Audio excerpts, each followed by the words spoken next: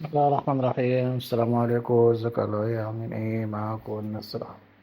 يلا كده أهلاوية دعمونا واشتركوا في القناة. إن شاء الله نتوقع كده تشكيل ماتش الأهلي وإنبي، ونتوقع نتيجة كده مع بعضينا.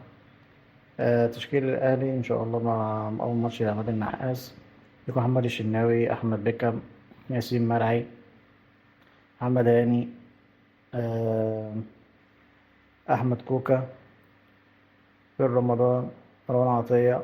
الحمد لله على السلامة يا مروان. محمد بن رمضان، وقدام هتلاقي تريزيجيه واحمد زيزو ومحمد شريف.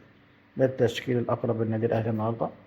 وليه تعمل كده بقى؟ يريح بن شرقي شويه عشان تسجيل يلعب مكانه. نتوقع النتيجه ان شاء الله باذن الله، ان شاء الله الاهلي يكسب 3-0. ان شاء الله الاهلي يكسب ام بي 3-0، وربنا يوفق ان شاء الله عماد النحاس نقطه. السلام عليكم يا اهلاوي.